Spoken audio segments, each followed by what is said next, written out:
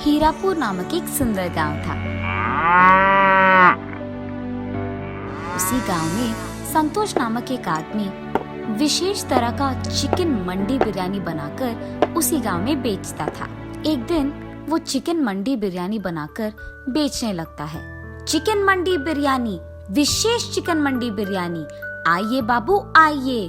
ऐसा चिकन मंडी बिरयानी आपको और कहीं नहीं मिलेगा, इसीलिए जल्दी से आइए और खाइए।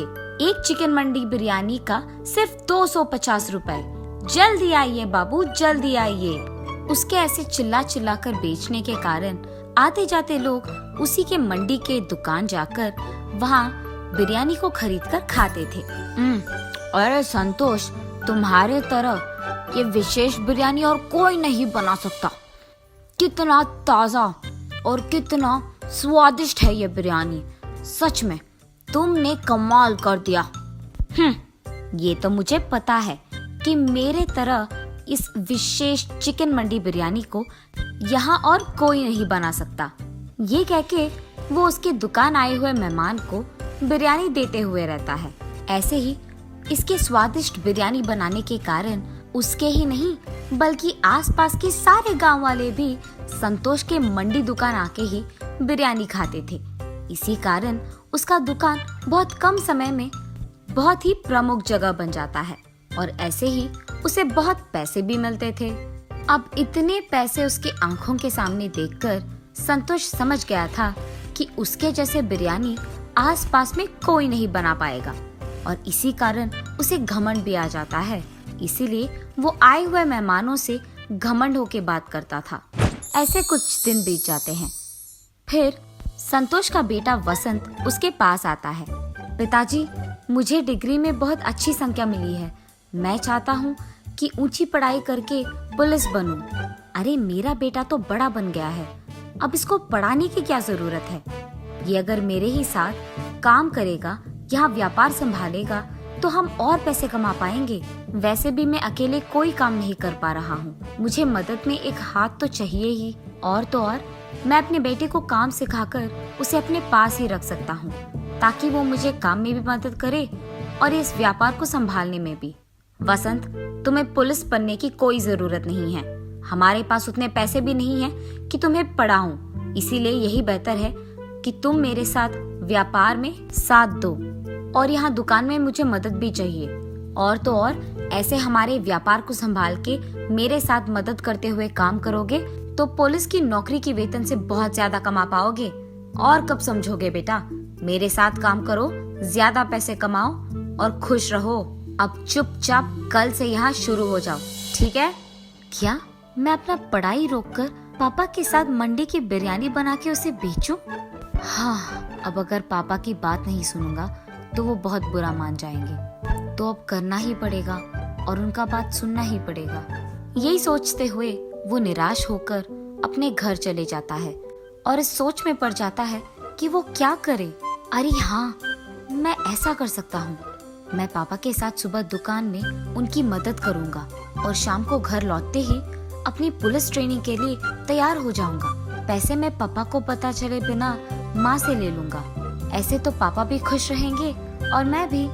ऐसे ही उसके बाद उसके फैसले के मुताबिक ही वसंत दिन में अपने पापा के साथ और उनकी मदद करते हुए रहता था और रात में उसकी माँ की सहायता से पुस्तकों को खरीदकर पुलिस बनने की तैयारी करता था। ऐसे कुछ दिन बीत जाते हैं। फिर उसकी परीक्षा का वक्त आता है। परीक्षा के दिन सुबह वो उसके पिता के साथ दुकान नहीं जाता है बल्कि वो अपना परीक्षा खत्म करके वहाँ से दुकान चले जाता है और हर रोज की तरह उसके पिता की मदद करने लगता है।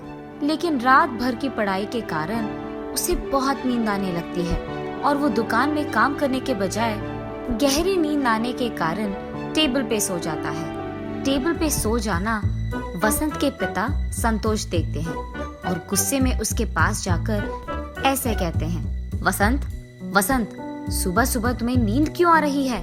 तुम रात भर सोए नहीं? जी पापा, वो मुझे नींद आ गई अचानक तो मैं सो गया। माफ कीजिए, मैं काम करना शुरू कर दूंगा। वसंत, तुम ऐसे ही करोगे तो अमीर छोड़ो नालायक बन जाओगे। और इतना ही नहीं, ये दुकान ही हमें वो पैसा देगा जिसके सपने हम देख रहे हैं। ऐसे ही सोते रहोगे तो सपना सच कब करोगे? ऐसे गुस्से में उसको डांटकर संतोष वहाँ से चले जाता है।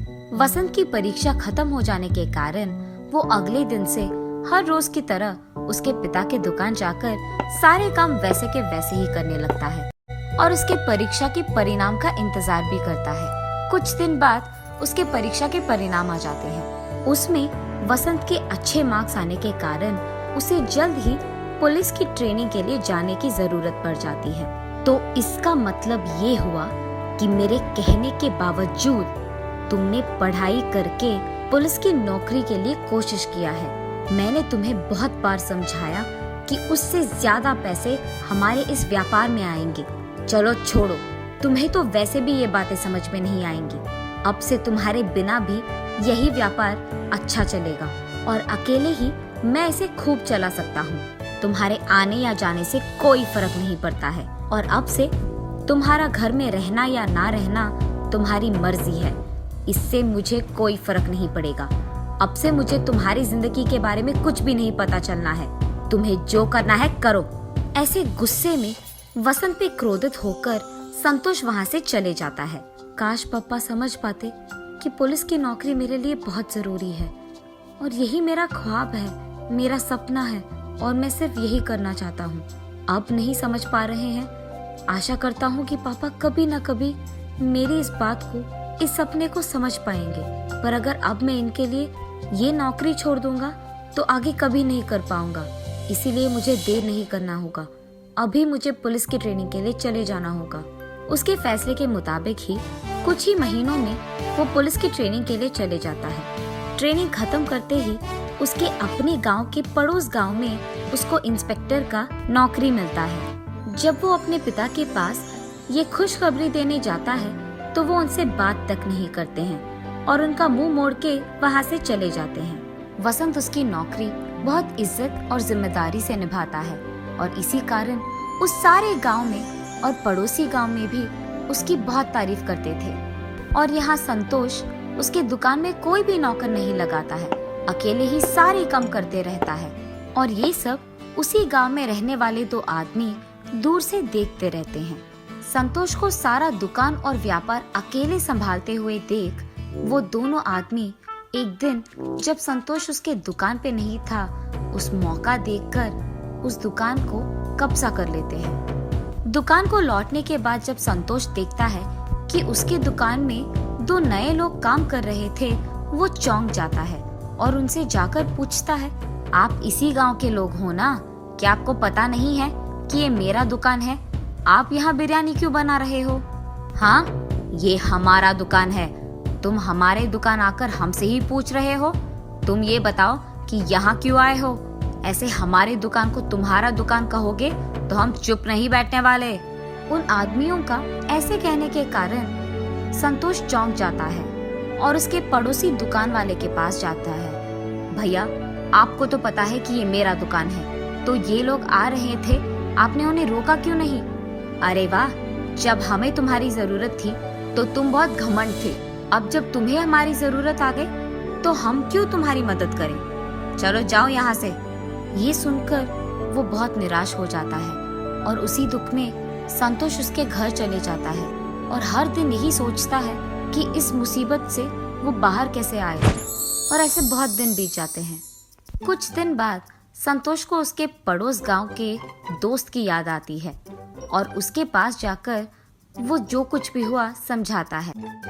तब उसका दोस्त, अरे संतोष, इस बात के लिए इतना दुख? तुम चिंता मत करो, हमारे गांव का पुलिस अधिकारी जो है वो बहुत ही अच्छे इंसान है, सबकी मदद करते हैं। जब हमारे गांव वासी का बाइक खो गया था तब भी उस पुलिस इंस्पेक्टर ने हमारी बहुत मदद की थी और उस आदमी को उनका बाइक भी लौटा दिया। वो इतने अच्छे आदमी हैं, मुझे जरूर यकीन है कि वो तुम्हारा भी मदद करेंगे। चलो, बिना कोई देरी के उनके पास चले जाते हैं। ये कहकर संतोष का दोस्त उसको उस पुलिस अधिकारी के पास ले जाता है। इंस्पेक्टर साहब, यही है मेरा दोस्त संतोष। और जो कुछ भी हुआ वो इंस्पेक्टर को बताता है। जब संतोष इंस्पेक्टर से मिलने जाता है, वहाँ अपने बेटे को देख संतोष चौंक जाता है और बिना कुछ बात किए वो वहाँ से चलने लग जाता है। पापा रुकिए, हमारे दुकान पे किसी ने कब्जा कर दिया। मैं उन्हें नहीं छोड़ूंगा। हम हमारी दुकान को वापस पाएंगे। चलिए। अरे संतोष, इंस्पेक्टर साहब तुम्हारे बेटे हैं, तुमने तो ये बात बताई भी नहीं। अरे अब चिंता करने की कोई जरूरत नहीं, तुम्हारा बेटा है, ये काम करके ही वापस आएगा। चलो हम भी उसके साथ जाते हैं। और ऐसे वो तीनों संतोष के दुकान के पास जाते हैं। वहाँ दो और लोगों को काम करते हुए देख, हम सालों से इस दुकान में काम कर रहे हैं, तुम्हारी इतनी जुर्रत कि तुम यहाँ कब्जा करके बिरयानी बना के बेच रहे हो। हमारी दुकान हमें वापस कर दो, वरना तुम्हें तो मैं छोड़ूंगा नहीं। अरे साहब, हमें तो पता भी नहीं था कि ये आपका दुकान है। हमने इसका कब्जा कर दिया और उसके लिए हमें माफ कर दीजिए। हमें हमारी गलती का एहसास हो गया है। आप आपकी दुकान को वापस ले लीजिए, हम यहाँ से चले जाएंगे साहब। आइंदा अगर ऐसे ही किसी का दुकान या कुछ भी कब्जा किया तो देखना क्या होगा। जी साहब, माफ कीजिए। उसके बाद वसंत उसके पिता संतोष को और संतोष के दोस्त दोनों को उसके घर ले जाता है। बेटा, मैंने तो तुम्हारी बात भी नहीं सुनी थी, पर फिर भी तुमने मेरे खिलाफ कोई भी गुस्सा नहीं रखा है, और जब मुझे तुम्हारी जरूरत पड़ी तो तुमने ही हमारे दुकान को उन लोगों के कब्जे से आजाद किया। अगर तुम पुलिस की नौकरी नहीं करते या पुलिस की पढ़ाई नहीं करते तो आज ऐसा नहीं होता। हम दोनों शायद उसी दुकान में काम करते हुए किसी और के कब्जे के कारण रो पड़ते थे। उससे ज्यादा हम कुछ नहीं कर पाते, पर आज तुम्हारी इस पढ़ाई के कारण ही मैं इस मुसीबत से निकल पाया हूँ। आज तुम्हारी वजह से मुझे मेरी गलती का एहसास हुआ है। कोई भी नौकरी करते हुए ज्यादा पैसे कमाकर घमंडी रहना सही नहीं है। तुम्हारी तरह अच्छी पढ़ाई करके, मेहनत करके, काम करते हुए सारे गांव वालों का इज्जत कमाना सच्चा काम है, और यही नेक और ईमानदार काम है। ये मैं समझ नहीं पाया बेटा, और इसके लिए मुझे माफ कर दो। पापा, आपको आपकी गलती का एहसास हो गया, मेरे लिए यही काफी है। चलो, ये सब भूलकर हम पहले की तरह खुश रहेंगे। तब से संतोष घमंडी व्यवहार छोड़कर सभी के साथ अच्छे से बात करते हुए, मेहनत से काम करते हुए उसके व्यापार को संभालते रहता है, और दूसरी तरफ उसका बेटा वसंत पुलिस की नौकरी करते हुए सबकी सहायता करते हुए खुश रहता है।